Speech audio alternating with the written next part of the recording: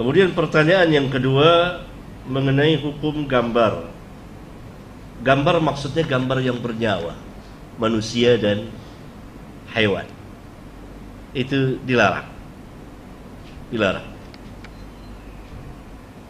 Kita menggambar makhluk hidup, manusia dan hewan. Itu terlarang. Telah datang sejumlah hadis sahih. Yang kedua dilarang memajang di mana saja. Kemudian pertanyaan yang ketiga, saya membaca sebuah buku kecil berkait hukum menggerak-gerakkan jari telunjuk ketika tahiyat gitu. Penulis itu mengatakan lafaz tahrik dalam hadis Zaidah bin Qudamah itu syadz. Penulis itu merujuk kepada Sahih Ibnu Khuzaimah. Bagaimana Ustaz? Penulis itu sendiri yang syadz. Kenapa? Karena tidak ada yang mengatakan seperti ini. Ketika tidak ada yang menyatakan seperti ini, yang ada sebaliknya.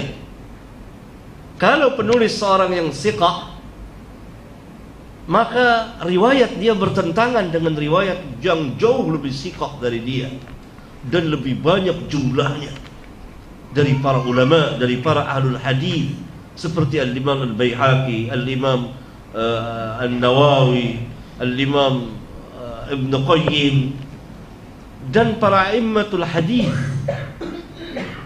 Enggak ada yang mengatakan seperti ini. Karena itu seringkali saya katakan dia yang mengatakan seperti itu yang syadz. Itu kalau kita katakan dia siqah.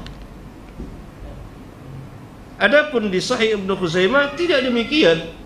Bahkan Ibnu Khuzaimah mensahihkan hadis itu. Ini terjadi kekeliruan.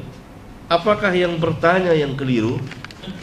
Yang nulis ini tanggung jawab ada pada dia, atau memang penulis kitab itu yang keliru? Saya akan menjawab sesuai dengan ini. Kalau penanya yang salah keliru, penanya yang bertanggung jawab.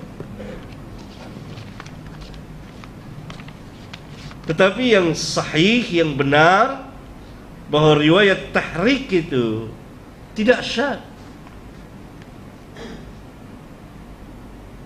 Saya kira penulis tidak tahu siapa Zaidah bin Qudamah, imam besar yang dipuji oleh Imam Ahmad, orang yang kuat dan seterusnya. Ya, nah itu dia.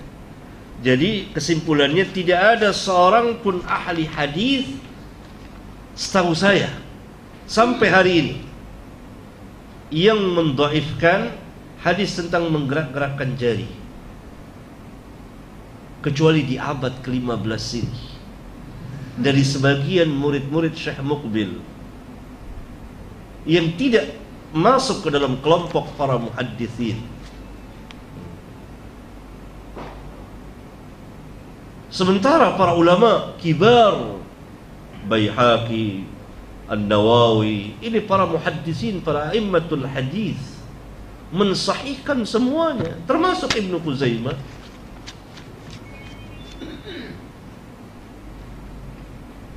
Ya, begitu. Jadi mereka yang melemahkan itulah yang syadz.